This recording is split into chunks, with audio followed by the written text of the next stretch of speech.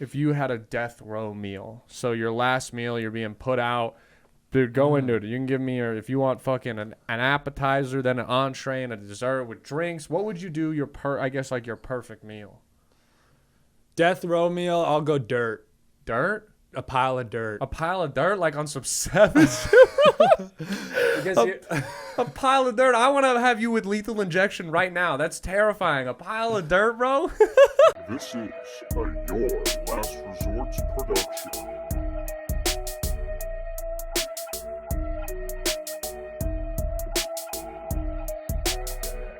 All right. You wanna hop into the pod right now? It's recording, but I thought we were already going. I don't know. Maybe I'll leave this in for them, but if not, I'll cut it. Honestly, I probably might leave it in. Now, real quick, Niko Jordan, correct? I ask every guest that, no matter how simple the name. That's how I say your name. Yeah, that's fine. Would you like something else? No, that's okay. I'm just kidding. I was pretty sure I was right. Like, what other names have you got? I was excited. I thought you were gonna have some crazy alias or some shit. Well, okay. my government name is Nicholas Niko. Nicholas Niko. Okay. Like that's kind of snazzy, bro. I think I'm the only person in the world. Like, let me show you my ID. Yeah, let me see that real quick. That's hilarious, Nicholas Niko. So that sounds like a fake stage name, Nicholas Niko. Like if you introduced yourself as Nicholas Niko, I'm like that's not your real name. I should have told this story before I showed you the ID. Yeah. But my parents, it was always this thing going. Damn, you got two middle names. That's cool. But that's not even it. It looks like that, but the first name is Nicholas space Niko. The middle name is Paul. What? And the last name is George. It's all fucked up. So your name, like, it would be first is Nicholas Niko, middle is Paul, and then last name Jordan. Yeah.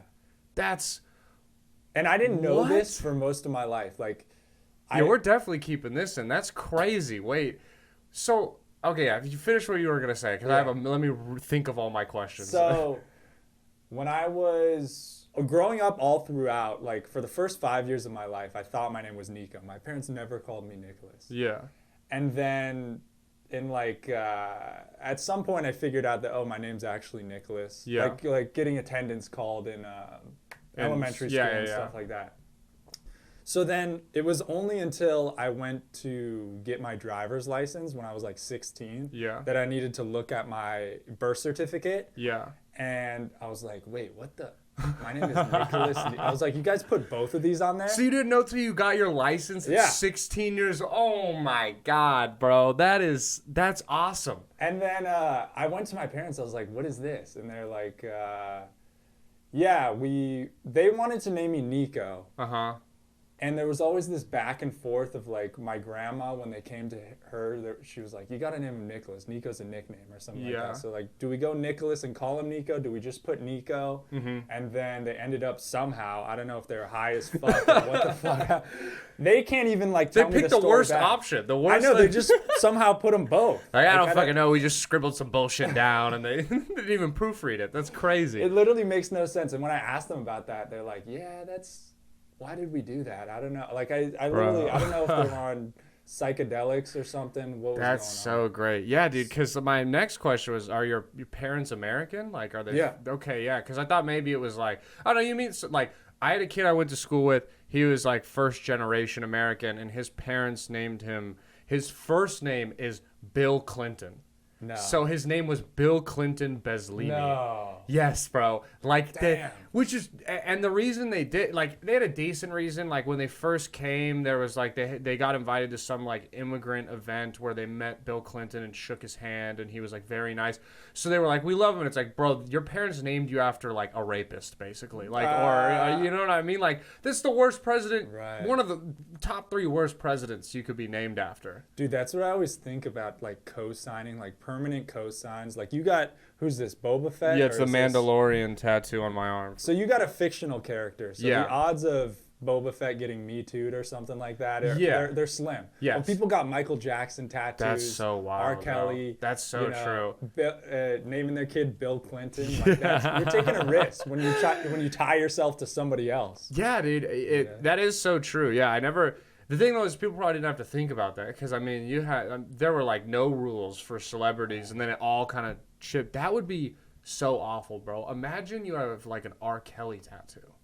Like Like you gotta just ride with it. Just be like, you didn't fucking do that shit. Like I'm rider. I got the tat now. You know. Thank God directors aren't mad popular. Like imagine it's gotta be no one with a Harvey Weinstein tattoo, right? There's no one rocking that one. Yeah, but there are people who have like pictures. Dude, you know, Bill like, Cosby has to have yeah. like there's gotta be Bill Cosby tattoos For around. sure. Like, damn, I never thought of that. And that's what the whole what's his name, Epstein thing is. Yeah. Like, there's so many pictures of high profile people like Bill Clinton hanging out, and they're like, yeah, we weren't friends, and they're just like, Trump's like, yeah, I never really met him, but then they're just hanging out and shit. Yeah, dude. Yeah, no, there's like literal picture proof, but it would be worse if this was like a picture of Woody Allen tattooed on my arm instead. It would make me way more fucking sad.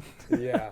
Or even like, yeah, I don't know, like what if something came out about George Lucas or something like that? It would create some stigma. No, it would. It would totally. It would totally have a negative connotation. I never even thought of that really. But some things get so big that it almost, I don't know. I mean, you still hear Michael Jackson's music around. And oh stuff. yeah, bro. I mean, if you go to like any, I mean, I like this song was out of its prime when I was in college, but you didn't go to a single frat or college party without hearing the remix to Ignition by R. Kelly. Bro, they're not gonna stop playing that. That song is like iconic, and I'm not saying that he's not a terrible person, but you're the same thing. Billie Jean is gonna stay on the radio. Like there's songs that it is kind of crazy to look at. Basically, if you put it, it's very black and white, but there can be such good art that it can just override atrocities that people do. Like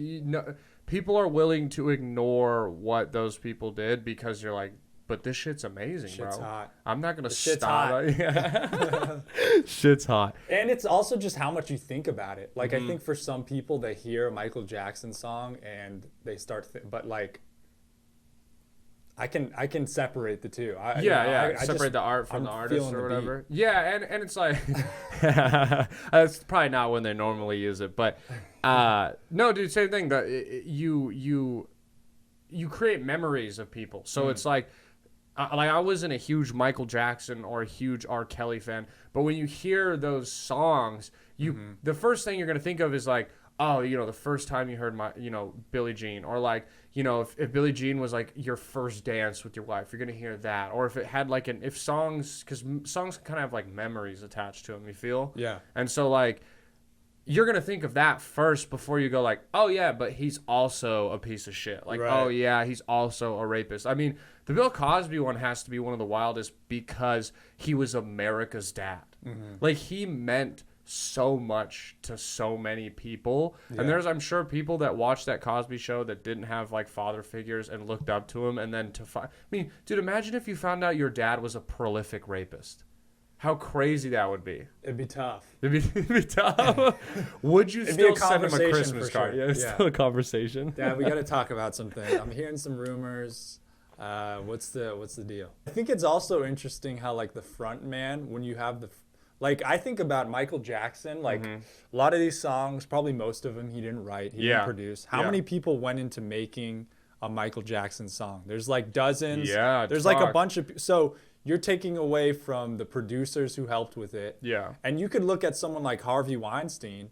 He was a producer of The Lord of the Rings. Nobody's canceling The Lord of the Rings and saying don't watch that shit because his face isn't a part of it. Wow, dude, you know that's what I'm saying? Yeah, dude. Because why? So then why can't you listen to R. Kelly's music? Because, bro, that motherfucker can't read. He didn't write those songs, bro. Right. He can't write or read. He's illiterate. Right. He got in the booth and either listened to a track or someone helped him get the melody. Like, So yeah, that is weird. That you're right. Why? Like, because it's not as independent. Like, probably every music that you've ever heard, there's some sound mixer or some guy who did some fucked up shit. Bro, like, because there was for a while, I remember when Drake got busted for having the ghostwriter, people were very upset. And they're like, oh my God, we gotta, this is bullshit. Look at his track list. And then people started, like, they're pulling up, these long where they'd have, like, so many, like, there'd be writing credits, producing, all these things. And then everyone started pulling up, like, Kendrick's and, like every artist, if you can pull up, it's not listed on an album, but if you pull up, like, the who helped with the track listing, every song has like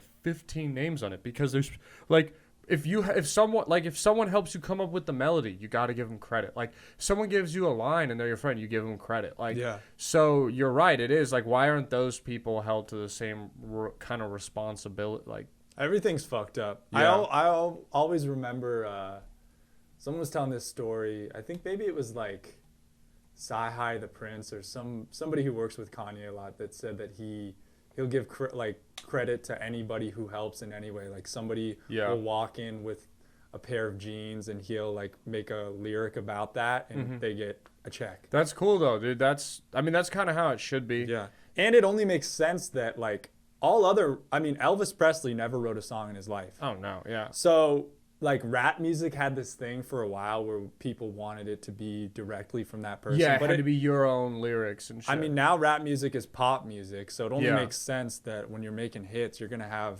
a million people working on one song. Dude, of course. And it's like, I listen to podcasts with rappers where I respect and all the time, like, you know, like, oh yeah, like your one song. He's like, yeah, bro, remember I helped you write like the melody to the hook on that. He's like, yeah, bro, I was stuck on that. And it's like, yeah, dude, like it's not a bad thing. I get the idea if maybe you could be a little upset with rap if it's like a straight up rap song and they didn't write a single lyric. I understand a little bit of the backlash because my whole thing is like, okay, if everyone wrote like Adele's lyrics, her voice is still immaculate and she sings the songs, which is very impressive.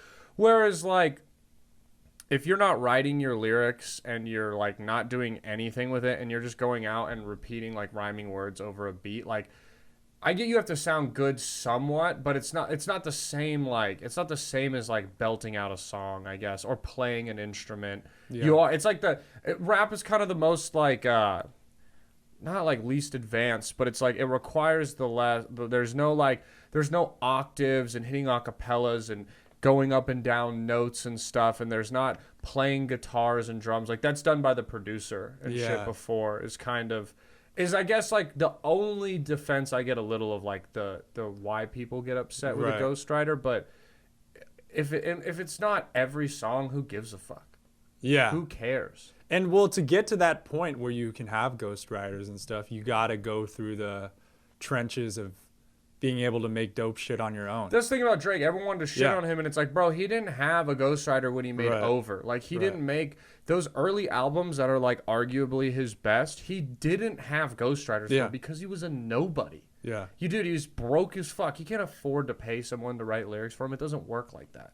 It's just a natural progression, it seems like. Like, same with Kanye. Like, College Dropout, he produced all the beats by himself. He's writing all the lyrics. And then you get to this high level where you're working on shoes, you're making movies, you're doing all this other shit. Like, yeah. Well, think about us, bro. Like, eventually, if we were just kind of joking about it, but it's like, if I start getting a bunch of shows, like, I have to hire a manager because, like, trying to pace out 2 shows this morning was mad stressful. Like, you need someone to do that. Eventually, like, I love creating this from getting the guest on to doing the podcast to producing it to making the clips. Bro, if I have the money, I would very willingly not want to edit and make every clip for this. I enjoy it, but like eventually when you go up in fame, you have so many other things going on that there's things where it's like, he's like, I don't need to produce all my beats. Like, I don't need to master all my projects. Like, I have enough resources and money to get the guy that will do exactly what I want to do. And so then it's like, at that point, well who cares? Why are you shitting on him? Right. So let's flip it on comedy though. Like, what do you think about I think comparing art forms is so interesting. Like, it is. It's very fascinating because I wouldn't respect someone who had a whole other bit written for them by someone else. Right, and there's some people who they won't take tags from people. Oh, that's dumb. Yeah. So there's like, that's like taking a line is in a rap verse, somebody helping you out, a ghostwriter, taking a tagline. And then I think also, like, I've heard that big comedians, like, I think Ellen DeGeneres, she had a bunch of writers on her last special. Adam Sandler had people helping him out with his. Yeah. It's a similar type thing. And it's kind of interesting.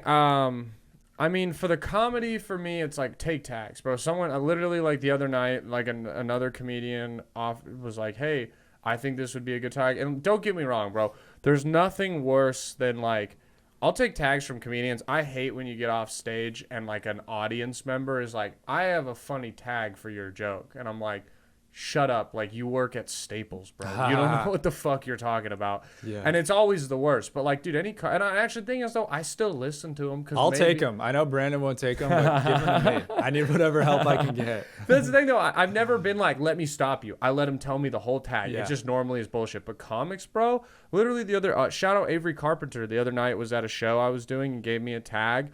And I was like, that's hilarious. Like, how did I not think of that angle for this joke? I've been working on this joke for like a month or two now, and I went and tried it, and it immediately got laughs. And I was like, fuck yeah. And like, you know, if I wasn't as broke as shit, I would send him some money, or he can have I'll give him a little writer's tag on that joke if anyone ever asks. But it's like, people are talking. They're saying that he should be featuring for Galen Nash on the road right now. They're saying that I'm not a real comic. They heard that he writes for me. Everyone's like, Avery Carpenter's his ghost. That'd be a fun rumor to start. Is just be if I had you go tell a bunch of people that, and then like see how quickly it got back. Like, hey, bro, I heard that Avery writes all your stuff for you. That'd be pretty fun. Yeah.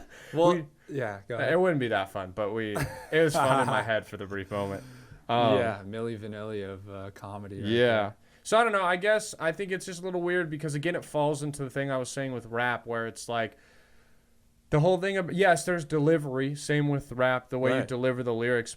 But like, bro, what's funny is when you hear a bit and you go like especially as comedians, oh, how did I fucking not think of that? Yeah. Oh, that's such an original thought. Like, oh, that's such a good angle. And it definitely takes away from it when it's like knowing, like, you're like, you're watching Adam Sandler, you're like, that's an amazing angle. That's an amazing angle. And you're like, oh, well, fucking Niko and Brandon actually wrote that in his writer's room, and like, they're never going to get credit. Like, that's, I feel more bad for, I guess I could care less what the bigger artist does. I feel more bad for like the people in the writer's room who, I mean, sure, they're probably getting a pretty paycheck and maybe some respect from the other writers and Adam Sandler, but it's like, I don't know. I feel like all of them deep down would rather be doing that material. Yeah, but it's a gig. It's a means to an end. You know, it's like you're getting paid to be a writer. Do you almost wonder if those people too who wrote for it are more like writers than stand-up comedians, like in the truest form? Like, they maybe do comedy and they're good at it, but their thing is more to end up in like a 30 Rock Saturday Night Live writer's room than like a touring comedian. Yeah, maybe so. And I think that there's people who have talents as they're better writers than performers. So it's like, if you can get two people together who are happy with just doing one of the aspects, like, fuck it, why not? No, that's a really good fucking point. It's funny, last night, sorry to cut you off. No, you're good. Last night, before I went on stage at the Creek in the Cave, I always jokingly say this to people a lot. I'm like, hey, can I have some jokes? Like, when we're in the back, like, hey, you got anything for me? And Mikey Biggs, he was like, yeah, I'll give you a joke. And I was like, oh, really? And he's like, yeah, just to try it out or whatever. He's like, I used to do this with my friends. We'd like swap jokes and just try them out. Oh, and that's stuff. interesting, yeah. And then I was like, okay. So I gave him one of mine, and he gave me one of his. And it did well when I told his, but I was kind of stumbling on it a little. Mm-hmm. And then I told him the one for him to do of mine.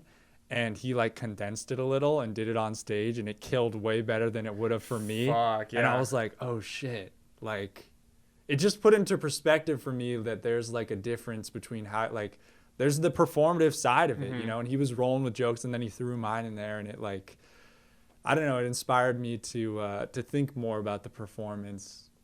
Yeah, I mean, maybe I'll be a ghostwriter now. Maybe that's my hell yeah, dude. I'm glad we could figure out your true passion of being a ghostwriter on this pod. Normally, dude, at the start, I do the intro. I suppose we can do it. We're like 20 minutes in, but I'm just gonna do it right now because I make sure they know who you are, guys. It's welcome back to the Your Last Resort podcast with your host Brandon Lejean. It's episode 120. We're in the 120s now, and I have my very special guest Niko Jordan joining the podcast. Thank you for doing it, dude. Woo! Little middle intro. Woo! Yeah. Sorry, I just was like, we said your name and that part will be in, but I was like, I should give you the proper intro. We put your little your Instagram handle up in case people want to go follow. You know what I mean? Yeah, let's start it now. Cut the like first 20 minutes, dude. That shit was We had garbage. a great conversation, but you guys will never get to fucking hear it. I want to talk about, dude, I love you have the Canoe Cast, which I've told you a million times I think is such a great idea. How did you come up with, so like explain it to the listeners, and then I would like to hear how you came up with the idea. That was my first question. I guess the Canoe Cast is a podcast on the water that I film.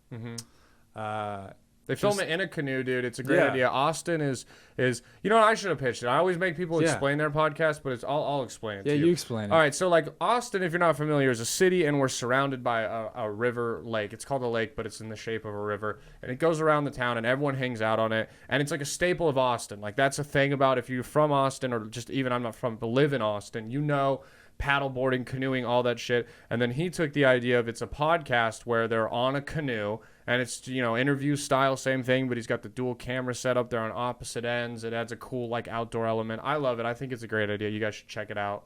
Thank you. But yeah, how did you, for listeners, I want to know, like, obviously besides it being an Austin staple, like how did you come up with this idea? When did it just kind of out of thin air, or was there inspiration for it? Well, I guess if I go back, I wanted to do a podcast for a while. Yeah. Even like before doing stand-up comedy, I would listen to. That's kind of how I got into stand-up comedy. Same. Actually. I did not really watch stand-up, but podcast got me into it. Yeah, and just laughing my ass off on podcasts and hearing people like with no filter and these comedians on like Joe Rogan at first, and then you get off and check out Tom Segura's podcast or Theo Vaughn or Eric Griffin, and hearing the lifestyle of all these comedians, them talking about getting out on the road and all that stuff, it was like, oh, this seems fucking awesome. Dude, yeah, it made I love when they talk about the comedy stuff, and it's cool the way you're saying you can bounce between. It's like its own little, like, I hate the saying, but like cinematic universe, like own little, it's like Marvel. Like, yeah, dude, like there's just, because like you said, that's how literally any podcast I'm a fan of is because I like heard them on a podcast I liked first, and then I was like, this guy's hilarious, and you can just discover so much cool shit and learn so much about comedy, which I really like. But sorry, what were you saying? Yeah, so listening to all these podcasts, I was like, damn, I want to like work on someone's podcast. Like I know they got producers and stuff. That'd be dope to be a part of that in some way. And realizing that nobody's going to want to hire me to work on their podcast because I have no experience doing it. So I'm like, all right, let me just start my own podcast. Fuck yeah, dude. I love that. And I put it off forever, started doing stand-up, but then during the pandemic, I was like, all right, this is the perfect time. Can't do stand-up or anything. Yeah. So just started like interviewing my friends, just audio, no video, for the first 20 videos. I mean, first 20 podcasts. Yeah. And it was never like those first 20, there was like maybe one or two comedians, but I didn't really know that many. Yeah, that's how I, dude, honestly, like same thing. I started because of the pandemic, this one. And dude, the first like 20 guests are like my childhood friends and family and shit like that. Yeah. Different artists, people doing different stuff. Yeah. So it was just fun to get started that way. Then around the time moving out to Austin, when I got out here, some people were like, you should do like a video. You should record the video because I like to watch podcasts. That's what my friend told me. And I didn't relate to that because I always listen to podcasts. Yeah, same. I'm not a watcher, but I'm a listener. I'll listen in the car and shit.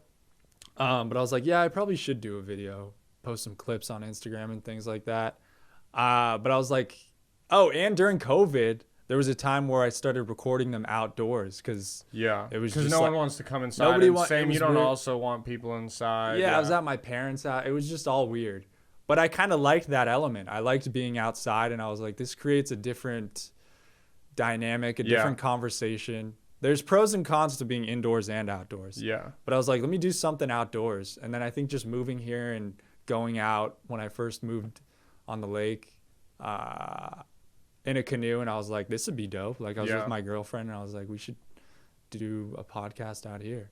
And so just started recording it out there, just giving it a different angle, I guess, something a little different than every podcast. But no, that's the smart thing. Like you gotta have some little angle. It's why, like, we'll get to them in a second, but I've added 2 little more like permanent things I do on here. So when I'm pitching it to someone, I'm not just like, it's a conversation, because they're like, fucking cool. There's a billion of those. And like, you want to have some little like niche activity to it. And I love the idea for it. Have you ever had anyone fall in? No. Well, actually, no. But I always have to give people specific instructions, like before, because some people will just try to jump in. Yeah, no, getting in a canoe, it's not balanced well. No. It can flip so it's squirrely. Fucking easy. Yeah. Squirrely's the perfect word to describe a canoe. And we got some bigger people coming on. Yeah. And now I slow everybody down, and I'm like, 1 foot at a time, do that, grab this right here. But Pat Bernard just kind of went for it, and he put all of his pressure on his foot. Yeah. And it dunked the canoe under for like a second and got some water in there. Yeah. But that was it. Nobody Okay, that's good. Yeah. There's sometimes where it's windy. Oh, and fuck. It's been some. I mean, with some of these heavier set fellas too, Yeah. you can get down low where it's like, I don't know. I think I don't have the best canoe too. Yeah. Where it's like, I see some of these other people, they have like a lot of room to play with. Yeah, yours was like actually scooped out by a Native American. It's like from 1650. There's holes in it. Yeah. I mean, I think from afar, like sometimes it'd probably look like we're like underwater. Like the canoe is just like, I'm like balancing. Above, yeah, fuck. I'm just like, don't move. Yeah. So the ideal conditions are when it's not windy and you can just kind of sit in the middle of the lake. That's not, dude. That's great though. That it's such a good idea. You guys should definitely check it out for sure. Please. I wanted to get into a story, but I wanted to, before I get into it, what do you do for work? Like, what's your day job? Do you have a day job? So this whole last year, I was substitute teaching every day. Damn. And that had its pros and cons to it. Yeah. I liked the freedom and the flexibility of substitute teaching. But can you like just pick up shifts whenever you want? Is that like how? Okay. You can do whenever. Yeah. And they always need. I mean, now is like, since COVID, nobody wants to be a teacher. Nobody wants to do shit. Yeah. But the teachers were dropping like flies. Like every week there'd be a new teacher that would quit and just get overwhelmed. I think part of it's COVID and just the times of like, you might get shot by an AR-15 for $40,000 a year, and you got to buy your own school supplies. Yeah, I didn't even think about that. Dude, because literally, true. I want you to know, in the process of you being like, they have a fire schedule, I was like, I should get a job as a substitute teacher. And before you even finish the next sentence, I was like, I really don't want to get killed in a school shooting for something I don't care about. Like if I get shot, I want to be like on stage at a comedy club, not substitute teaching for third graders who I like put on fucking Mythbusters for them to just buy time. I never thought about getting shot too much. Well, now but I did think about getting beat up. Like, oh damn, there's just mean kids. Yeah, like the public school district I was teaching in here. There's bad schools. Yeah. The kids don't give a fuck about you. It's like, I don't know, it's like a baby deer by himself coming in as a substitute teacher. They're just Would you size kids up? Like, you'd be like, I can kick like 28 of the 30 kids' ass for sure in this class. Sit the bigger dudes in the back. Like, I got my fucking eye on you. Dude, but the thing, this is what I was getting at, is like the times of like, even from when we were in high school, like so much has changed. I don't know if it's partly the district and where we are, but I think a lot of it is just you can't be as disciplinary as time goes on. You can't even yell at a kid. You can't yell at a kid like, and some of that is good. I'm not saying we should be able to hit the kids. Of course. I should be able to paddle them at least, choke them out or something. I'd love to see you put a kid in the walls of Jericho on the floor just because he was talking. Yeah, awesome. Just put him to sleep really quick. I love that. But yeah, it's insane. Like you'll see a kid say "fuck you" to the principal, and they'll just be like, "Hey, let's calm down." Let's it's not just use like that crass language. What is going on here? Yeah, because it's like, you know, I mean, we're definitely moving into times and figuring shit out. Like you can't just scream at children like that. You know, even that way of parenting's gone, where they're like, "Hey, man, like they're 5, like yelling at them." They're confused. You know, it's like a dog. Like you can yell at a dog all you want. The dog doesn't speak English. Like it doesn't know what's going on. It knows walk because you go, I want to go on a walk. And it's the only fucking phrase we talk like that. Yeah. And so like there are good things, but yeah, I couldn't imagine where like dude, because I feel like you give a kid detention and a mom might come at you for disciplining her kid. Like, there's so much less wiggle room. You have such less power. Like, kids have shorter attention spans too, I feel, because of all the, you know, internet apps. Every kid has a fucking iPad when they're 2 now. Yeah. So, damn, yeah, dude, that sounds like shitty job. Kids know to pull the racist card on you when you're like, you know, they've been watching the whole TikToks, bro. Dude, they know. It's fucking banana, and it just makes you not want to do anything. I mean, it's like, you know, obviously it's not as extreme as this, but like, whatever your stance on things are, like, you wouldn't want to be a cop right now. Fuck no. You know what I'm saying? No. Like, even if you knew you were going to be a good cop, or if you hate cops or like cops or whatever, like, it's a very ridiculed and like under like a magnifying glass. Everybody's watching you. Yeah, exactly. Like everyone is waiting. It's not even like they're trying to make sure you're doing okay. They're waiting for you to make a mistake at some point. So I totally get where you're like, I don't want to do that. Are you still going to be substitute teaching this year? So when the summer started, I was like, I got to figure something else out before next year starts. So now I'm just kind of in the process of trying to figure something else out. Haven't been working for the past few weeks. But been applying I'd like to take some of my podcast editing abilities and try to use that for good on somebody else. So trying to work on something like that. And then, but the big thing is, right when school ended, I got this fucking puppy that's been taking so much of my time up. Fuck. You got basically a child, bro. Yeah. It's been bananas dealing with that puppy, man. I didn't think it was going to be as much of a time commitment as it has been. But. Well, they just have so much energy and they're so much mischievous. Like, it's almost like any free time you have needs to be like taking them on a walk just to fucking tire them out so they'll go to sleep later. Right. And not eat all your shit while you're gone for, 30 minutes or whatever. Because I was doing one job and then it stopped with I was doing refis and home loans, like I was a loan processor, and then everything slowed down with like the little recession we're in. So I've been doing Uber Eats to make ends meet, which you make pretty good money doing it. Like I make like $23 an hour normally after gas and shit. So it's good money. I had the funniest, craziest delivery yesterday. So I'm driving on Sunday. Weekends are the best. You get big orders. Families are ordering meals. It's the weekend. The people are generous. They tip. So you try to drive on weekends, which sucks, but it's the best time. And I'm driving Sunday yesterday, picking up some orders. And I pick up this big order from this place called Bird Biscuit here in town. And it's like good food, like more expensive, bougie, total Austin-ass place.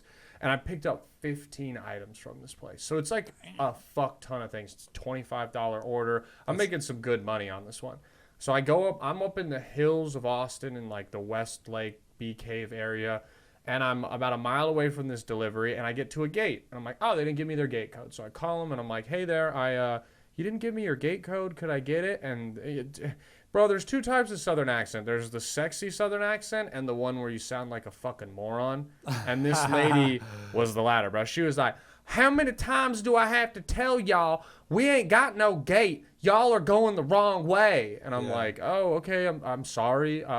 Well, and I'm looking at my iPhone map like it's a map in the 1800s. Like I'm tracing lines and I'm like, all right, I think if I go down a couple streets, I can get to you. And she's like, okay. Hangs up. Shoddy hungry. She's thick. Dude, yeah. And she sound thick? She sounded thick. Bro. Like I these could hear 15 her jowls moving with anger. Yeah. And so about 5 minutes later, I'm following this path like I'm fucking Sacagawea and Will Smith heading down the river. And I get to another gate, but this time it's like a service road gate. And I'm like, all right, I don't know how to get to these people. I put their address in Apple Maps. It's like, go through the gate in front of you, jackass. And I'm like, I don't know how to get to these people. So I call Uber support. And I'm like, I explained to them the situation I just explained to you. And they go, okay, not a problem. I'm sorry that happens. That's something probably on their end. What we're going to do is we're going to refund. We're going to cancel the order.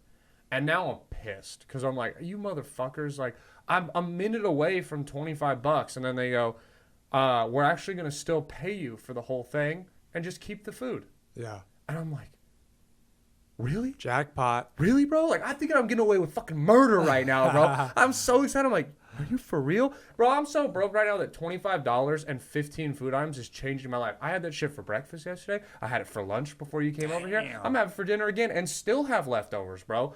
But this lady now has my phone number because I called her. And a minute later, my phone's ringing, and it's like the same number I called. And I'm a nice guy, so I'm like, I'll explain to her what happened. And I'm like, hello. And she's like, did you just cancel our order? And I'm like, here's what happened. Explain to her the situation again. I go, it's really bullshit, but like, this is what they said to do. And she goes, and I'm like, this is, Uber Eats is not a fun job. You're sitting in a car for like 6 to 8 hours, bro. Your back starts to hurt. Like you're uncomfortable. It's monotonous.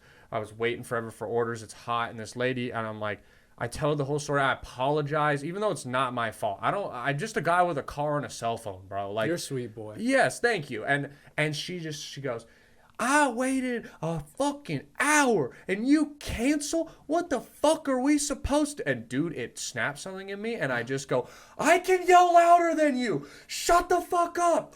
Shut the fuck up. I don't fucking work for you. Go fuck yourself. And I just hung up, bro. Whoa. And it was the greatest feeling ever, dude. I was like, I love this.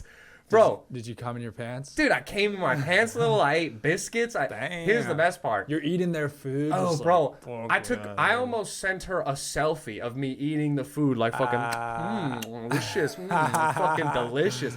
But the best part is she didn't need to yell at me, bro. I get she's frustrated. It's not my fault, though. I was nice enough to answer and explain it to you. And here's the thing. You probably could have just, if she was nicer and been like, well, can you just leave it at that gate? I would have pin dropped you the location and let you keep the food. Yeah. But, bro, the best part of it is, like, you were an asshole to me, and then I looked, and the restaurant had closed, so they couldn't even place another fucking order, bro. Or maybe you cleaned them out with those 15 bags. They're like, we're shutting down for the day. We're done, dude. Damn. So, yeah, bro, I mean, $25 of food came up on or $25. Bro, 15, that shit had to be like $80 worth of food if I'm getting $25 worth of it. And I got to yell at her, bro. Oh, it's a great feeling. Dude, there's nothing like free food, man. That's the best. Yeah. And another thing is like, here's the thing about a lady who's about to eat 15 bags worth of food is, because these were all for her. Yeah. There was no one in the house with her? No, it was just her, dude. Is these types of people, food addicts, they get very toddler-like when they don't get their medicine. Yeah. And their medicine is cheeseburgers, French chili biscuits, cheese fries, biscuits. Yeah, bro. There was like 9 sandwiches. They were getting dessert items, breakfast items. I mean, dude, that's like heroin to some people. Yeah, like, this is like her not getting her fix, and she's just fucking angry, dude. And I don't want to stereotype, but that southern accent screamed low education and a love for trans fats, dude. I know that. You're right. That hurt them. And the funny part is even if I like the thought that she was alone, but if not, it's even funnier to me that she walks back in and there's like her peepaw, her peepoo, her grandpa, her cousin, her nephew, her niece, her brother, her daughter. And she's like, well, we're not getting biscuits today. And like, they all just fucking lost their minds, bro. Right. That's what she's got to be angry at you, because she's getting shit from fucking Mima and Papa. Exactly, bro. She's a disappointment now. Yeah, dude. Over some biscuits. Yeah, it was her turn to call. She should thank me, bro, because she probably got to go in there and be like, can you believe my Uber driver then screamed at me? Right. I didn't even say anything to him, and he screamed at me. Here's the other thing, though, is like, my thoughts are is also, though, with a lady like that, I kind of just imagine like a husband who, like, when their daughter goes on a date, like has a shotgun at the door and like puts a shell in their hand. Yeah. So for a second, I was like, oh, I'm definitely going to get a phone call back, because I just yelled at her and hung up. Like, I was like, you don't get to say anything. You're done. And she had my number. Like, she could have just called me back again.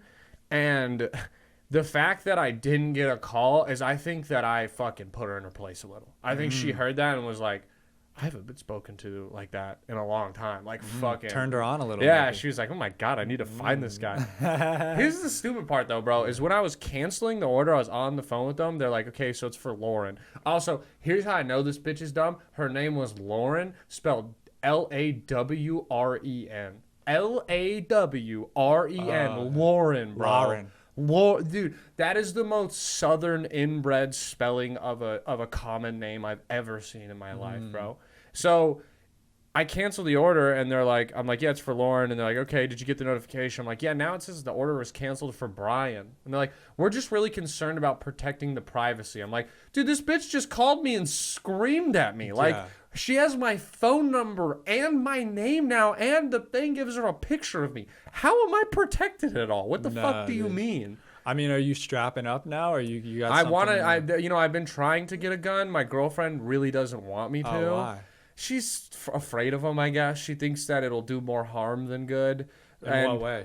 I think she realizes she's going to be losing an argument. I'm going to be like, oh, really? I'm wrong. Huh? Who's wrong? The great equalizer. They're going to pull this clip up when I get a background check for a gun later in life. They're like, sir, you threatened to shoot your girlfriend in arguments on a podcast. I think about that all the time. Podcasting is definitely not helping my... Bro, I did your podcast in the... was me talking about eating booty, bro. I had to block so many family members on Instagram.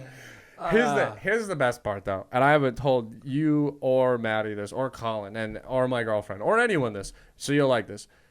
I saw the clip, and I was like, oh yeah, I'll repost that. I'm not accepting that as a collaborator. I can't put that on my page, bro. And then I checked back a second later, and it had like 5,000 views in a minute, and I was like, well, Papa needs some followers. Guess they're hearing about this, babe. And I just hit accept at that moment.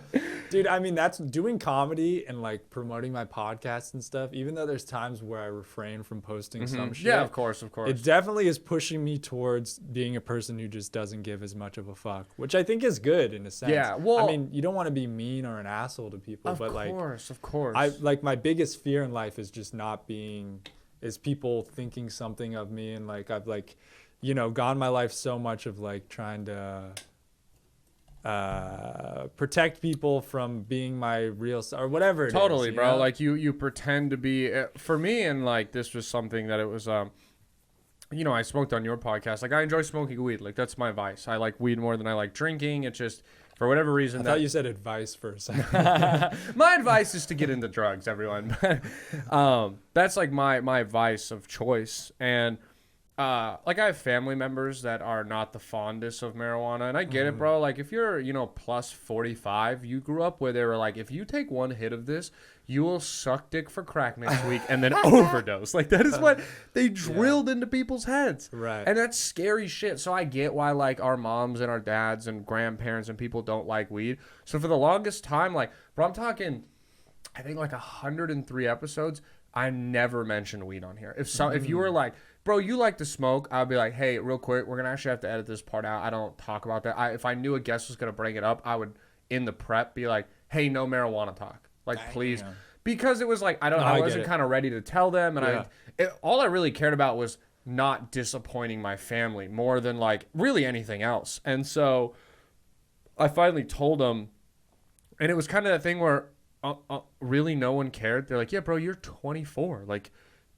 we don't do what you want, just don't, like, you're doing pretty good in life, like you're not fucking up, so like we don't care. And everyone was pretty supportive, but it made me realize that like, yeah, dude, you just like, people like honesty, and honesty kind of makes the best content. And I'm not saying that like, that clip, you guys can go check it out. It's on my Instagram and Niko's, and check out the episode of Captain's Dogs if you guys want to see it. But it's a doozy. It was a good episode. It was very fun. And the clip, the thing about it is I want you guys to go look at it. I'm not going to talk about it too much on here, but it's like, it's not like a clip I would want to show my grandparents, but it's also not like the worst thing to say. And I think that sometimes we overthink things, and it's good. Yeah, just put shit out. And it, do you ever have this feeling though, where like, so like a clip like that, or you start to put out like more things into your life, and you're just like, well, this is like the definition of the saying, both feet in the boat. Like, I can't be posting this shit and then in 2 years be like, I quit comedy, guys. Oh, yeah. Because then that was all for nothing, bro.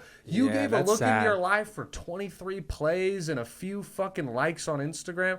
You can't do that shit. Like, so, but the other thing is, I don't plan on quitting, so I don't give a fuck. But it's like, it's a good little motivator. And I also think sometimes these people who like, you kind of know they're gonna quit, like it's not their shit. I'm like, why are you talking so recklessly, bro? Like for 45 people, like it's just not worth it. Yeah. I'm on Rogan, dude. I'll show my asshole on Rogan if people like it. That's a different level of platform. Yeah. But it's like, yeah, dude. It's the rapper face tat, Yeah, dude. Yeah, why? Yeah, don't get it before you're famous. Like no, but it gives people that motivation to like, this is what I'm doing. Yeah, like, yeah. There's no. That's a good analogy. Yeah. There's no plan B. No backing out at this point, which is. But now that you're being more of yourself, are you ready to talk about the gay phase in college? Or are you gay phase in college? I feel like I want to save that for my book. Okay, we'll cut it. Yeah.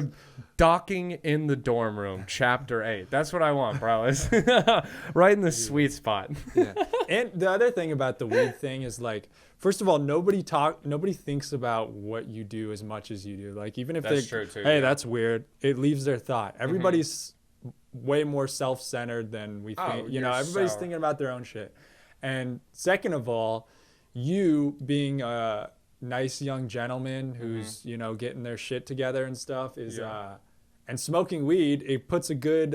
If this person's anti-weed, they can be like, well, Yeah, I'm a good Brandon's doing spokesperson. okay. Yeah, You know? dude. You're Yeah. like, you're. It's like when racist companies hire a black guy to like show that they're okay. Like they got a nice white guy to unscare white people of weed. You're Yes. welcome. There you go. Non-white America for getting everyone else on board with weed. This is like my tour, dude. This is my service. I hope I get on flights early now because of this. Right. I want preferred seating. I want on everything. Like when Trump did grab him by the pussy, it made it okay for all of us. Exactly. To be, Yeah. the we're like, this "Fine, is what this the guy-" president does. So it's okay for me. That's why it's scary though, because that's literally that's why people were so like nervous about that. It was like, hey, like this is like the most powerful man on the planet. Like, if the like that's a good like level to be like, you know, if the most powerful anything does anything, you're like, yeah, well he does it. Like, Yeah. you know, if you're talking sports, if Tom Brady starts playing with no pants on, other people are gonna start playing with no pants on, bro. Tom Brady's doing it. If the GOAT's doing it, I'm gonna do it. You know. Well, the presidency used to be something we'd all look and like aspire to, and they set an example of like this is what you should try to achieve or how you should behave. Yeah. But now it's a floor of like this is how low you can go. This is Yeah. the limit of what you can Because now get away with. bro, we're old now. Like we're like, bro, he makes $120,000. A senator makes more, and I don't even know the senator of Texas or California is. Yeah. Like, go make that same money and not be ridiculed for everything you do. Being the president would be one of the worst fucking jobs in the world. Yeah. I don't give a fuck what you say. It's up there with DMV and like truck driver.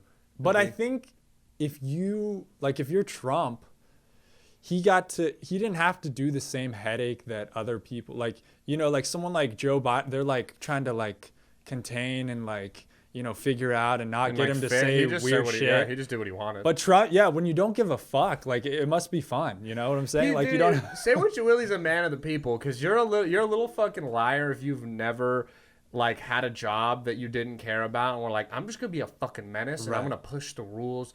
Bro, I worked at Ralph's, which is like a grocery store for Ralph's, a little bit, and I realized I was gonna quit. And like my last 2 weeks, because I started to realize that like there was a shit place, and also like no one paid attention to what we did. So like my last 2 weeks, I would take like 6 breaks a day. I just like, if it was slow, I'd just walk into the break room, sit down. Like, who's gonna fucking notice? No one, dude. Who cares? Fire me, dude. I'm already leaving. Like, I don't care. So he just did it more savagely, where he could have been impeached, but was like, I don't give a fuck. And I want this job again next year, bro. Give me 4 more years, which is pretty wild. It ties into like this is what happens at schools when people look around and see what people are able to get away with. Yeah. Like when you look at the presidency and realize that like, nobody's getting kicked out for this shit, then you push it a little further, see what you can get away with. No, you're totally it's right. Human nature. That's so, I never, it is. It 100% is. I wanted to ask you this. I'm trying to ask all my guests this. Are you, what's your top 3 movies of all time? Top 3 movies of all time. Yeah, dude, and it's a harder question, because like whenever you do it, you almost immediately realize that you left out a movie or two, and it's hard because there's so many genres. So for you too, dude, don't feel like you gotta. I always tell people, I don't want you to feel like you have to have like an arts answer, because dude, I'll tell you mine, and it'll lower my top. Have 3, you shared yours on here? Yeah, and I'll do it real quick. It's Star Wars Episode 3. It's Rocky 4 and Inglourious Bastards. The first 2 movies are not great movies, and they're great movies, but they're not great. They're not like artistically great movies, and I love them, and I don't give a fuck. Those are my favorite movies. So what are your... Dude, Revenge of the Sith, I mean, that was our childhood. Yeah, dude. I remember going to the fucking... And I love Star Wars, and it's my favorite one. Like, I could watch it anytime. Rocky 4 is just like... It was like I was in sports, and it was like very motivational, and it's my favorite one of that whole series that I thoroughly enjoy. And then never seen. Oh, it's good, dude. It's the best one of the like fucking 9 of them that they have. But yeah, I don't even know if I've seen any Rocky. I might have seen the first one. Yeah, it's something where I like urge people to watch, but I also they're great, but it's just like, watch them if you're in the mood for like the definition of like a heartfelt action movie, right? Because that's what it is. They're they're pretty predictable. They're simple, and they're starting to get a little dated with some of the like shots and stuff, but like they're still fucking great. The 4th one's awesome. He goes to fight a Russian, and it's like just all for America, and I'm not even like that patriotic, but you're like, god damn, I love this country. Like, it's great, dude. Well, anything old that you look back on, it seems really predictable, because they probably set a trend that like that's very people true. Followed for. So yeah, bro, it's a movie made in the 80s. Like, but so, I mean, dude, I watched the first Top Gun like a couple weeks ago before I went and saw the new one. It's not good. It's terrible, bro. Like, objectively, it's bad. But the second one, I thought was fire, dude. I liked the second one a lot, and I agree with you. It is objectively not a good movie. It just didn't have like the technology to be like, we're gonna have a movie about planes and then just showing us like B-roll footage of planes flying by. Another thing is like, you got to put it into context. Like, everybody saw it in the theater. I'm watching this at home. Yeah. And like, that's what the new one, when you go in and you got to watch action shit, you got to see it in the theater 100%, to get an objective 100%, perspective. Dude. It's just the shaking, like the sound and audio. Even like I saw Top Gun without my girl, and I saw it in like an IMAX theater, and then we saw it like I saw it with her like a couple days ago, and it's now in only digital theaters. You did the preview seat. Let me see if it's scary for you. I got this. I want to go with the boys as well, dude. The boys went to see Top Gun. I couldn't say no. And we saw it in like the digital theater, which has like not as good surround system. And I was like, this is even like, I wish you could have seen it with the fucking the surround sound that shakes the place. Babe, let me tell you, it's different. We gotta go back. Come on. We gotta see it again, babe. Yeah, dude. So what are your top three if you had to pick? So my top three are A Star Is Born. That's a great movie. Have you seen it? That's a great fucking movie, bro. Yeah, I mean, people get on me about that. Oh, dude, no. But when I was in there in the theater you could watching suck a that, dick dude, if you think that, bro. That the new one. I never saw the old one. Oh, I didn't even know there was an old one until you said that. It's like, it's been remade like 4 times or something. This is my star. Dude, amazing. Bro, I haven't seen it since I watched it. I'm sure I'd probably go back and be like, this is kind of cool. Well, it's suspenseful movies are kind of not as good the second time you see them because you know everything that's going to happen. Yeah. But bro, the first time you see that movie, it's so good. The Shallows, bro, I still bump that. If that song comes on, that's max volume in the car, dude. Oh yeah. What are your other two? Instant Family. I don't think I've seen that one. Nobody's seen it. I'm not familiar with it. Yeah, dude, I like that though. I'm not. This movie is it's with Mark Wahlberg.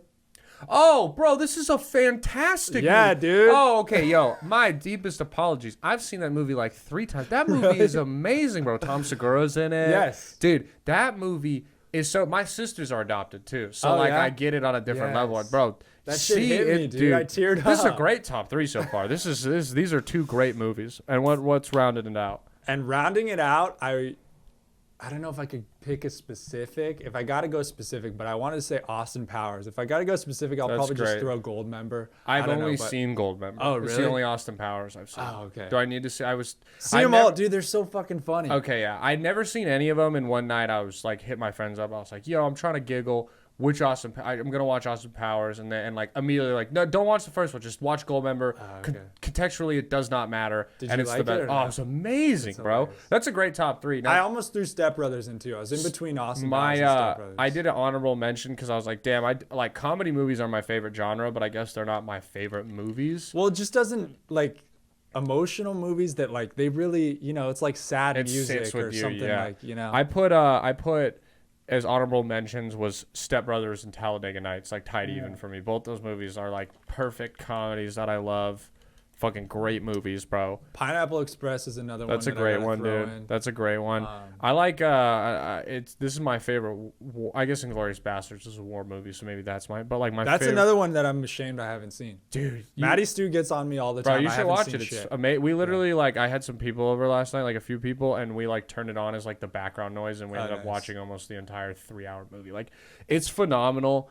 Another one is like Fury. That's a great movie. That's a good one. It's like a tank. It's like about a tank battalion, but it's Brad Pitt, Shia LaBeouf, Michael Pena. Hotties. Dude, yeah, just hot. John Bernthal, bro. Yeah. It's a good movie. I just like hearing other people's movies because it kind of gives you a look, and like I wouldn't have pegged you as like a serious movie liker, but now like I like that those are your favorite movies. Like if you gave me like 20 movies to pick from, and those 2 first ones you said were in the 20 choices, I wouldn't have picked those. Well, Instant Family is like a comedy type. It's so good though, bro. It's so good. But it's serious at parts too. Yeah, it's a what is suspenseful comedy.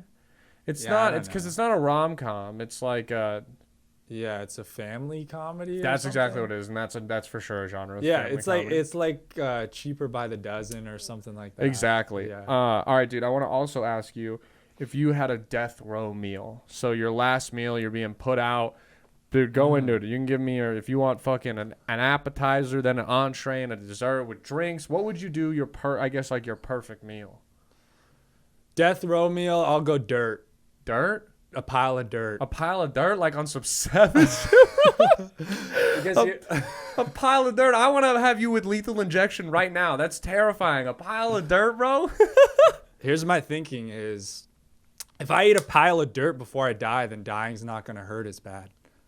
Because I think they make it so it doesn't hurt. Like I don't think so, dude. You think it lethal hurts? injection? That's way better than the fucking electric shock they used to do. Yeah, but if I just ate, like, I'm eating dirt, I'm like, this sucks, then me getting shocked or whatever happens, it's like, oh, this sucks, but I just ate dirt, so it doesn't suck as bad. All right, dude, I fuck with that. All right, you're going with dirt is your final answer. All right, fuck yeah. Well, but the real question is, what's like the perfect meal, right? Yeah. So if I'm not doing that funny answer, I like the funny answer though. That made me laugh pretty hard. I would say something like, it would have to be like, I think a guy did this. He had KFC. It would be something like that, or Roscoe's Chicken and Waffles. That's solid. It would be some fried chicken, waffles, biscuits, mac and cheese, that's potatoes, good, yeah. just food that would just really fucking. Yeah, you want something like you want something gluttonous. Like you want to enjoy your last meal. I also I want to eat as much food as possible, so when my bowels release, it's an extra mess for people too. I want to. Oh yeah, that happens, right? Yeah. When you die, you I think everyone when you die, you release some bowel. I had to put my dog down a year ago, and I remember we put her down, and they were like, she's gone, and then I was like, yo, this room smells like shit, and they were like, yeah. They untighten, and some of it just kind of farts and gas and shit just leak out, and it doesn't smell. Yeah, it's pretty gross. Wait, so you were there when they put him down? Yeah, it was really sad. Yeah, I did that with one of my dogs, dude. It's a weird feeling. They're like, you can pet her as she dies. Yeah, they're comfort her, and you can just feel them get weak and kind of. It's sad. That was actually my thinking for lethal injection hurts. Is that when they put my dog down, they had the catheter thing or whatever, they put the shot in, and we're petting her. I could feel her body muscles tense up, and it felt I was like, fuck, this feels like it hurts. Yeah. I don't know, but she's seizing up like that. So, I mean, of course they're going to tell you this shit doesn't hurt. Yeah, I guess but you're right. Who's here to tell you about it? This is the most painful shit in the universe, but it's $29.99, so we're going to put your dog down with it. They give you a shotgun is your alternate option. Yeah, I don't want that. Yeah, me neither, but it might be a little less painful. Yeah. Maybe not. I don't know. Maybe I'm tripping. But what was I just going to say about... We're talking about shitting our pants, and if you're done with Oh, yeah. A few years ago, my dad went... I don't even know if I should be sharing this, but my dad went on a hike with my uncle, who's older, he's an uncle by marriage or whatever. But he's an older gentleman. He might be in his late 60s, 70s or something like that. And he passed out on the hike, and it was a long hike or something. Yeah. And my dad said he shit his pants. Oh. And that's when my dad was like, this is bad. He's passed out, smells like shit right now. He's donezo. Yeah. Because I would have thought I would be like, he's dead. Yeah. I would be like, oh, fuck. But they got him back, and I guess he just maybe had something bad for lunch, or I don't know what it was. I'm going to be honest, bro. If I was on a hike and I shit my pants, I might just fake pass out to save the embarrassment. Maybe that's what it was. Is he was like a couple minutes before, he tried to let a fart out and was like, oh no, and then was just like, I fainted. Dude, I'm not gonna lie, if I shit my pants with my family on my hike, I might, if I passed out, I'd be like, I hope I'm dead. I don't want to come back and live with this embarrassment. Fuck no, bro. Ooh, you ever shit your pants? Oh yeah, more than I would like to. I shit my pants in the last 2 months. Really? Not shit. I guess that's the thing. Shart. I sharted. I don't know the last time I shit in my pants, because we would say a shit is you take the whole shit in your pants. Right. I've had I was Uber Eatsing one day and tried to let out a fart, and I was like, oops, and I did the little touch, and I was like, oops, and then I just ditched my underwear in the next pickup's bathroom and then just kept driving.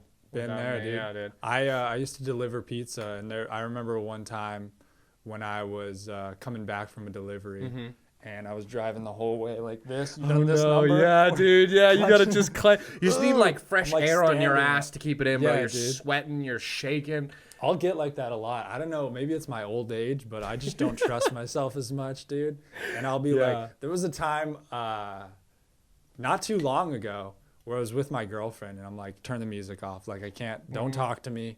I gotta get. You need like every ounce of your bodily focus to be dude. like, don't shit my pants, don't shit my pants, don't shit my pants. But there's something, dude, I think I might even equate it, and you can maybe speak to this, of like playing sports or something, like, or maybe whatever it is, whenever you're in the zone, doing comedy on stage, when you're so locked in, like having to take a shit so bad is really like such a focused thing where you're just, that's all you can even think about. And when you finally get on the porcelain throne and release that fucking demon, it's like, you know, you're like so high that you just like, no, dude, there's time nothing like matters. Dude, it's you get like a literal euphoria feeling. Yeah, you can't even be embarrassed in that moment when you're like afterwards when you come to, you might be like, oh fuck, everybody knows that I just shit my pants. Yeah. But before that, you're just, it's like, I mean, it's like the crackhead who wanted the fucking 15 bags of food or whatever. You're just like, that fat bitch. I need fucking shit. No, dude, there's also like, you know, you by the time you get to that point, you don't feel good, like in your stomach and your whole body. And you'll take that shit and like, bro, like you almost feel like you're floating after. Like you're like, dude, I'm lighter. I don't have any pain anymore. There's no stress. Heroin, like, baby. You hear the birds chirping, dude. Like life is tranquil in that moment after a nice little dookie. And they say that men's G-spot is in your asshole, right? Yeah. Or in your prostate. Yeah. So I wonder if that has to do with it. Is there something about shit? Like, I just thought of this right now. Does shitting for a woman have the same? Yeah, because I know it's pretty complicated. Like, I could see that, like, the you know, because it goes down your intestines, and then there's, like, the sphincter, then it travels out the jejunum is, like, the end of it.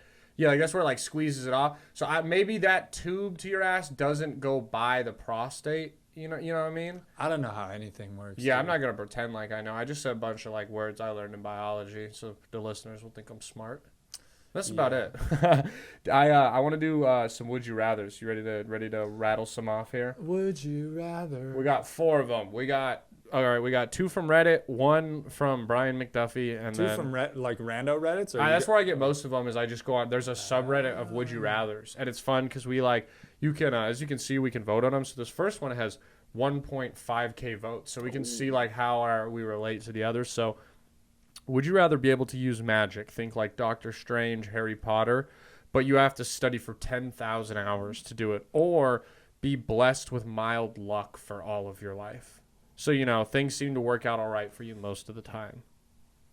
That's a tough one. I mean, this is gonna sound, I don't know the word, like maybe douchey, but like I feel like I'm mildly lucky. I feel like a lot of things seem to go well for me in life, and maybe it's more a product of like setting myself up for it. But I definitely feel like I have a lot of good luck already. But the whole idea of the 10,000 hours is the thing for the magic thing with me. I don't know if I could commit to 10,000 hours. Dude, I don't even think 10,000 hours is that long. I mean, how much time is that? How many days is 10,000? I was just thinking about this 10,000 hours thing the other day. Yeah. And 10,000 hours is 416 days, so a year and 16 days. Yeah, and you spread that out over a long time, dude. Like, I guess you're right. So that's like 416 straight days. Now, if you did like, you divided it, I mean, it's essentially you could learn magic in like the time you takes to get a degree. Which is like, I mean, I've done that journey. It sucks, but it also does fly by. You are right. And you got a degree, and that's not magic. That's nothing. No, yeah. What is the I didn't degree like do? it. It's in sociology, and I hated every second of those classes. And you gained nothing. Yeah, you're right. Yeah, I'm an Uber Eats driver, bro. Yeah, you really. Maybe I'm not mildly lucky. I've been wrong this whole time. Yeah, dude. I'm going to go with the magic one. You're right. We just got to grind it out. Okay, so 1.5k voted, or my bad, I have bad vision apparently. 3.5k voted. 1.8 said magic, 1.7 said luck. So it's almost a dead even split. Which I get, though. It did take us a second to kind of agree on it, I suppose. And I think me choosing mildly lucky puts me down because I think I'm overly lucky. Okay. So you're bumping me down doing that. Ah, fair. I don't want to move backwards. I want to pull a rabbit out of my ass. Yeah, you're right, dude. Yeah. Okay. Yeah, you're totally right. What's more lucky than, bro? In Harry Potter, they got potions to make girls like you. Like they got spells to make people like. You're literally God. You're God. Yeah, dude. Doctor Strange can teleport, bro, to anywhere. I want to do that shit. You're right, dude. And Doctor Strange lives in Harry Potter. They live among people who have those powers. Yeah. If you're literally the only person in the world who can, do Wingardium Leviosa, that's all you need, dude. You just need one trick. For real, bro. Yeah. Do you want to do it? Do you want to find $5 on the ground, or do you want to be the sorcerer supreme, bro? Yeah. Or do you want to make $5,000 like that? Yeah, exactly. But yeah, dude, I can make it appear. I don't need money, bro. Your mild luck is getting the exit row on a flight. I just teleported to Belize and back in 5 seconds. I have fucking magic. Yeah, because you know what still happens when you're mildly lucky? You still get unlucky. Yeah. A lot of it. Because what is mildly lucky? 51% luck? Yeah. Or what? No, you're right. Yeah, 49% of the time. That shit sucks, bro. That's great. And what if you could just get lucky for like stupid shit that you don't really care? Like, I found a parking spot. Like, yeah. Oh my God, there's a discount on the meat I wanted to buy. Like, but you're unlucky on the shit that really matters. Like, you're still driving Uber Eats. Yeah. You always got a parking spot. Fuck, bro. That's a good. I like your thought process on that one. All right. Would you rather a 10-hour car ride with Jar Jar Binks, but you can listen to any podcast or music you want? He's gonna talk the whole time, or a 10-hour car ride with a stranger who is absolutely silent and doesn't say a word, but you have no music or podcast. And this is 10 hours, you said? 10 hours, yeah. 10-hour car ride. Damn. Now, for me, I'm going to choose with Jar Jar Binks just because I have some questions. And as a Star Wars fan, I would love to meet the man himself, Jar Jar. But if you replace Jar Jar with like just someone with an equally annoying voice who's not an alien, that makes it tougher. Yeah. I guess I don't know though, bro. I don't know how you feel about this, but I like weird people. There's a lot of weird people in the comedy scene. That's people are like, I don't like them just because they're weird. Like, and I get that they're weird. They're not someone I want to invite over. They're not someone I want to hang out with. But that's how I feel about you. Oh, thank you, bro. Yeah. I'm glad that I can bring you entertainment like that. I've been telling people, No, I was like, should I go to Brandon's house? He's kind of weird, and they're just like, but leave right after. He's gonna try to tie you up or something. I already had so many activities. I hope you like board games. That's what we're doing. 2-person Monopoly is what we're doing after this. But I like being around those people for very small amounts of time. Where you're like, oh, they're so weird. Like, I like to hear how their brain works. Yeah. I want to say someone, but I don't want to take the time to figure out where I have to bleep it. So I'll give you examples after. But I'm sure you're thinking of your own people. Yeah, Joe McNamara. Who are you thinking of? Yeah, Joe McNamara, Matty Stu, guys like that I just can't fucking stand speaking to them. But no, I enjoy that little like rambling with them. So I think you could drown them out with the music, and you could enjoy the weirdness of the conversation where.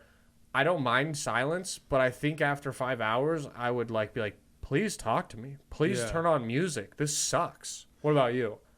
I mean, yeah, that's an easy one. I mean, we're going to put the fucking dashboard cam. We're recording a podcast. You're right, We're making content, bro. And you got to think, like, this is not 10 hours every day. This is a one-time deal. So the stories that may come from having Weirdo next to me versus Silent Bob. If I get one bit out of it, it was worth it. Right. So you just got to go through the pain. It's just, No, okay. Yeah, no, that's good. All right, 391 people voted. So a little bit smaller pool. Let's see what they said. Okay, yeah. Dude, okay. It's not my reading. It just changes every time. Oh, people must have voted on it since I, thumbnailed this. There's 610 votes, to be exact. And 345 said Jar Jar. 265 said silence. So far, we're both basic bitches. We're basic bitches, but I also think, the other one I thought was a pretty even split. So we're not basic bitches. Okay. Here, I'm surprised we're not more basic bitches. I think the silence people are lying to themselves. I don't think I don't think most of us have experienced 10 hours of silence. Except maybe when you're asleep, but that's not the same thing. You have dreams, you're unconscious, Yeah, 10 hours. Dude, it would be hard to stay awake for 10. If you're driving 10 hours straight. to silence. I'm literally gonna I'm driving 13 hours this Wednesday night, and like that's gonna be miserable with music, energy drinks, podcasts, and a companion that I don't mind talking to, and it's still gonna blow dick. I couldn't imagine if you even just keep all the other things and add silence. Right. That's a terrible trip. And do you think you might be able to rub one out, or do you get I think he's gonna be able to give me I mean, I am Yeah. the feature, so I feel like I probably have I'm probably gonna suck his dick twice to get one blowjob. Yeah. Maybe even 3, because he's doing like triple the time that I would do. And you're driving, And I'm driving, yeah. so you'll have to. You're right. You have to grab the wheel across while you're sucking. Yeah. in over there. Well, I think he said he did mention that he was willing to drive at some points, and I think that Okay. those points would be when I'm giving him a blowjob, if Hell I had yeah, to dude. guess. I mean, dude, if you're gonna take a road Fingers dog, crossed. yeah. Yeah, I mean that seems like the perfect. You guys touring around the country, Just coming and just be gay, dude. yeah, dude. Why not? Dude? We that can get sounds awesome. yeah, in like places like Alabama, we'll be straight, and then in like places like Wyoming and Seattle, we'll be gay, dude. It'll be perfect. We'll sell tickets great in both if we're like play to those things. Where's Erica, by the way? I Erica, thought she was gonna be. she here. was the producer, dude. I'm sorry. She had I scheduled this, and then I didn't know she had tutoring for school at her school at this exact from 1 to 4. And she's a tutor or 2D. She's getting tutied by her teacher, who's a girl. So if it happens, nice. If what happens? Oh, Oh, you think she might be another prostitute as well? Oh, yeah, no, not. She's not a prostitute. Toot. She's, What are we talking about? she does fart porn, dog. That's what she. Oh, she's getting tutored. Yeah, she's getting tutored for school. Oh, so that's wait, is this a man? no, it's a woman. Oh, That's why Are you okay with that? Yeah. Just invite me next time. Yeah. I want to learn. Hell yeah. I want to learn a lot of things. Yeah? All right, this one is from Brian McDuffie. He said this the other night, and I Is thought he it was still doing comedy? yeah. He's doing good. He's doing. I saw him the other night. He's still doing comedy. Would you rather Is he getting be? any better? Cut that part out, We- buddy. No, I love Brian, dude. He's hilarious. Oh, is he funny? Yeah. I don't know if we're doing a bit or if you just don't know Brian. You've confused me now at this point. I'm just fucking with him. I know. You got me, dude. You bit it too hard, and I got lost in the bit, dude. Would you rather be an orangutan or Helen Keller? And I think this is a really tough question because you're both kind of dumber versions of a human. Now, at least an orangutan can see and can hear, Yeah. but like it's not like you're gonna be able to take in content. But like, I don't know. Being Helen Keller sounds like one of the worst things just in the world to me. Blind and deaf Blind and deaf. versus an orangutan. That's no way to live, dude. No. I mean, like, I'm not saying an orangutan life is probably better than a human's life, but a human's life where your two of your 5 senses are gone, and arguably your most important 2 senses are gone. Like, what Right. do? You literally, your fun is like people mashing shit into your hands and reading Braille. That's all you get to do. No movies, no music, nothing. No form of anything. And Helen Keller, she's famous, so that's a plus. Yeah. But she's kind of like, people make fun of her a lot. Yeah, everyone calls, But what did she do? She did was like something the cool? first person to like be blind and deaf and like learn. Like she learned and was able to speak and helped really push forward the method of like Braille and hand signal teaching. Like she was like a pioneer in it. That's At least dope. what I was taught as a child. Maybe she stole that shit from like a black blind and deaf person. That'd be pretty on brand, Yeah. for like some white people shit. Well, I just want to, it just sucks to be behind with people. So, she's a human and she's like the most disadvantaged human, and that sucks. Yeah. Like to be the shortest person. Yeah. Or to be the, dumbest person or whatever. Yeah, any situation like that is not fun. Now you're just impaired in like the 2 most basic things where it's like your friends hanging out with you has to be like side group chat, like, all right, Niko, like we gotta go hang out with Helen, like Yeah. what do we do? Like I guess like we could pick up one of those books. It's like in Braille and in English, so like we Yeah. can read it too. And like you know what I mean? Like you're gonna be a burden to everyone in your life. Where like an orangutan, dude, maybe you're the king of your orangutan tribe. That'd be sick, bro. Or just an average orangutan. At least Yeah. you're a man of the people. Yeah, as long as I can see as Yeah. an orangutan, I'm chilling. I mean, Helen Keller, she probably doesn't even relate to humans that much. Fuck no. She probably hangs out with chinchillas or. Dude, I mean, her closest friend is probably like a blanket or something. Yeah, no. Blanket, bro. Like, dude, she has more in common with a blanket than a human. That's fucked so up. sad, bro. That's exactly who we're You're. Oh my God, that's one of the funniest quotes. Helen Keller is more like a blanket than a human being, and that's so funny because it's so true. That's such a good comparison. Like, would you rather have as your daughter a blanket or a Helen Keller? I'd rather have a blanket, bro. Dude, if I was blind and deaf, I'd just be like, just put like good feeling shit on me, and I'll just I'll just hang out in the bathtub all day. Yeah. Just drag me around. Put me in a wagon and like drag me around with you guys. You know? Put me in a wheelchair. I don't care. Dress me up how you want. That's all you have left is feeling. Oh, and eating. I would eat the fuck out of it. I'd be so she fucking must have been fat. She must have been 600 pounds, no? Let's see. We'll look that up. If she wasn't, that's insane. If anybody should have been, you know, maybe it was a Helen Keller calling you up the other day for the Uber Eats. Yeah, she actually did have a She's like, this is all I got. Yeah. You're depressed. Wouldn't you feel bad if she couldn't go out and get Uber Eats? I mean, she couldn't go pick up the food because she's blind and deaf. I mean, I guess she heard you. But. Yeah, she answered the phone. So she, you know what? I mean, if she was just blind, she used the app, bro. I don't feel bad for this fat bitch. But if she was, I would.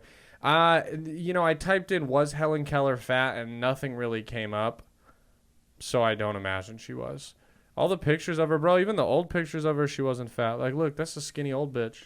Ooh, she's kind of bad. Yeah, she was probably hot for a little. Those eyes are kind of scary. Yeah, those eyes kind of scare me. I like that. Looking through me, kind of like I'm a ghost. Yeah, dude. Yeah, she doesn't look like as, I don't know. I kind of imagined her to look tweaked out. Yeah, more tweaked. Yeah, tweaked. Yeah, exactly. That's like the perfect word to, like, you know, like crooked eyes, like crazy hair, like bad teeth. You know, she's pretty well put together for that. Dude, if I was blind and deaf, I'd be so mean. Oh yeah. Kind of a right to, though, right? Yeah. All right, I want to wrap it up here with the last would you rather. Would you rather only eat Burger King or Taco Bell for the rest of your life? Taco Bell. See, Taco Bell, like, if you're going like, hey, where do you want to go right now? I'm obviously choosing Taco Bell. Burger King is dog shit, bro. I think Burger King is a dog shit restaurant. Yeah, making you shit the second you eat it, dude. Now, the thing, though, is for the rest of your life, Burger King has a little bit more of options, a variation. Yeah, bro. Taco Bell has one thing just rearranged. Yeah, bro. All that meat they put, bro, tastes the same in the beefy crunch burrito, the taco, the quesadilla, the Mexican pizza. It's all the same shit. It all tastes the same, bro. It's a big trough that they slide that shit out of. Yeah. So in a long term, I suppose it would be nice to have like a chicken sandwich and then like a burger and then a salad and then like, you know, the bet. I stand by this still. If you had to eat one fast food for the rest of your life, the best one is Jack in the Box. It's not the greatest shit. Bro, Jack in the Box has tacos, burgers, chicken sandwiches, teriyaki bowls, egg rolls. They have salads. They probably have fucking soups for all I know. Do they have like? And they're coming up with a new item every time. Week. Yeah, because you just want that variation. Well, and another thing, if you put into that, you actually have to go to these spots and whatever. Yeah. Jack in the Box is 24/7. Yeah, that's so true you too. need one of those I didn't joints think about as well. that. Yeah. Taco Bell does have the hours. I don't know. I don't want to say Burger King, but no, you brought me back to Burger King. You did when you the same with you too, where you said you're like all the meat's the same. I get there's chicken stuff, but bro, like that chicken and that meat taste the exact same no matter what you put them in. You would be, bro. By the fourth day of you burping up that taste, you would never want to eat there again. Yeah, and Taco Bell doesn't have the dessert options. They don't got an ice cream or a milkshake. They just got the cinnamon. No milkshake? Delights. Yeah. Oh, you're right, bro. Yeah, fuck that.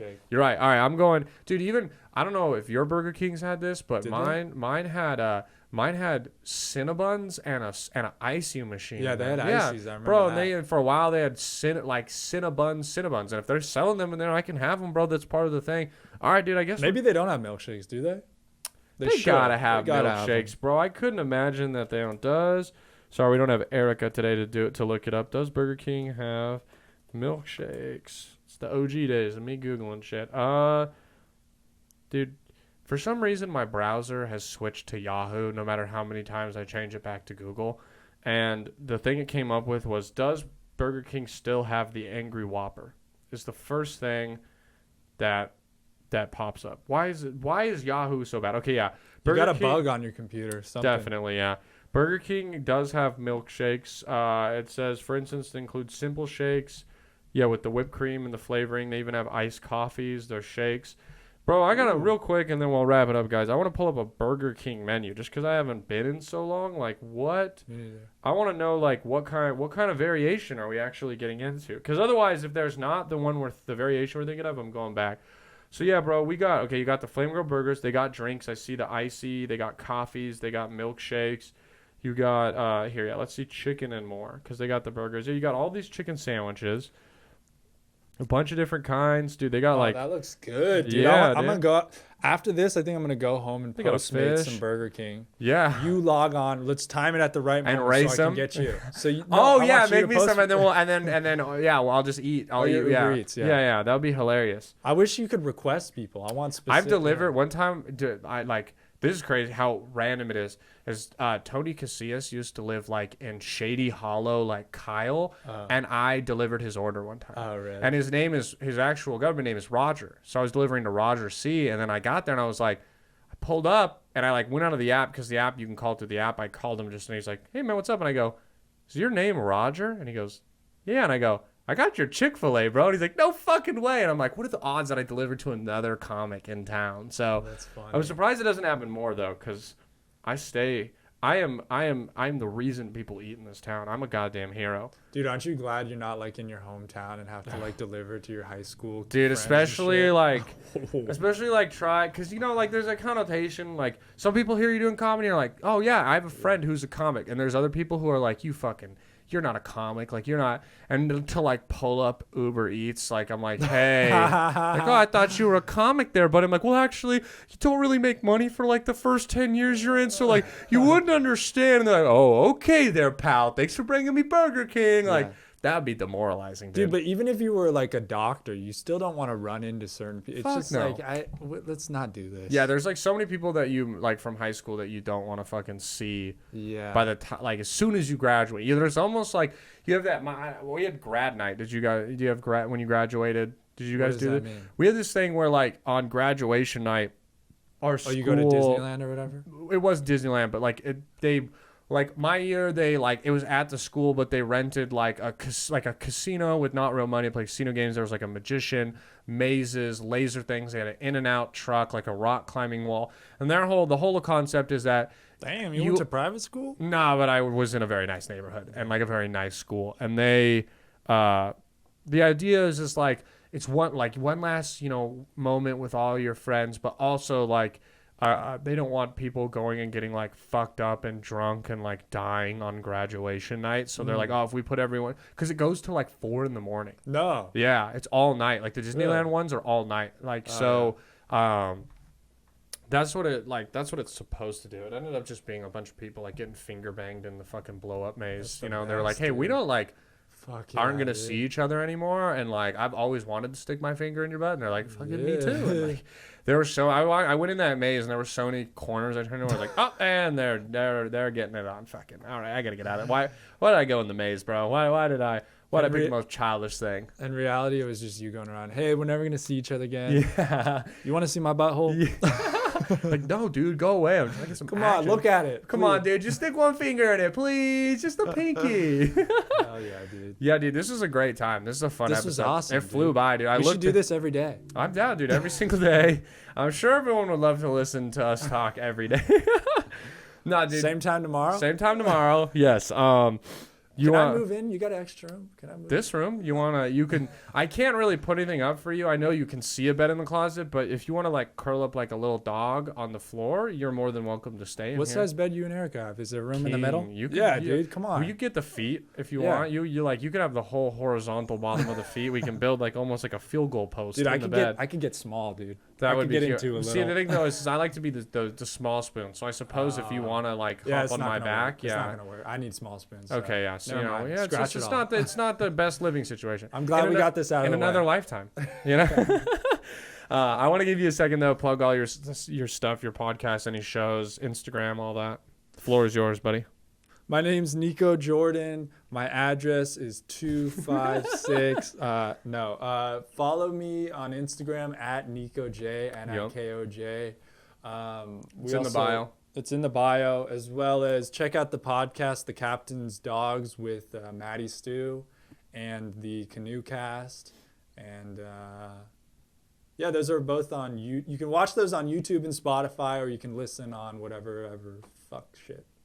So thanks so much for having me on. Nah, dude, thank you for doing this. Awesome. This is so much fun, dude. Guys, please make sure you go follow him. I'm serious. Check out the Canoe Cast. I think it's such an original. I think I tell you this every time I see you, but I didn't even know you when I saw it, and I was like, this guy's a fucking genius, dude. Like, it's such a great idea. Keep doing it. Please don't stop. Thank you, and thanks for inspiring me with your podcast and seeing how you do clips and stuff. Dude. Thank you. No. I for sure, when I started making clips and stuff and doing captions, I looked at your shit. Oh, thank you, bro. Like, how do I, someone say I did the same thing with like Jeffrey Eggleston and Sean Riley put me on. So my whole thing is I always want to. Anyone who ever wants to learn, dude, come over. I'll hold your hand while you do it. Like, I want everyone to learn it. You're the reason too. You gave me the idea of why I produce podcasts. You know, if you guys like, check out under the Your Last Resorts production company. We have 2 other podcasts: The Light Skin Experience and Janessa Carlin's What Is Wrong With You podcast. I'm producing those now. So you gave me that idea, so I fucking appreciate that. Yeah, dude. And we're gonna get you out on the canoe whenever you want. Yeah, dude. Let me know if you want to go tomorrow or you want to go in a month, whatever you want. Yeah, let's do it like a month when it's cooler. And I was thinking, should we talk back to back? We'll talk about it. No, we'll do it. They're like, hey, dude, wrap it up so I can play the next podcast. You assholes. Yeah, guys, thank you so much for listening. If this is your first time or your 120th time, I appreciate you. This week in shows, if you're listening to this when it comes out, you can see me Thursday in Columbus, Georgia. If you're out there, I know I got a few old teammates, and then Fort Walton Beach in Florida on Saturday. Other than that, if you're an OC person, I know we have a lot of listeners from back home. August 28th, we have the Shop Comedy Show returning. And guys, we have a very special headliner from Bad Friends himself. Doc Willis will be headlining the show. Niko's always welcome if he's ever in California to hop on a show. But other than that, guys, you can get tickets. Hit me up for those. Thank you again for listening. And most importantly, thank you for letting us be your last resort. See ya. This has been a Your Last Resort production.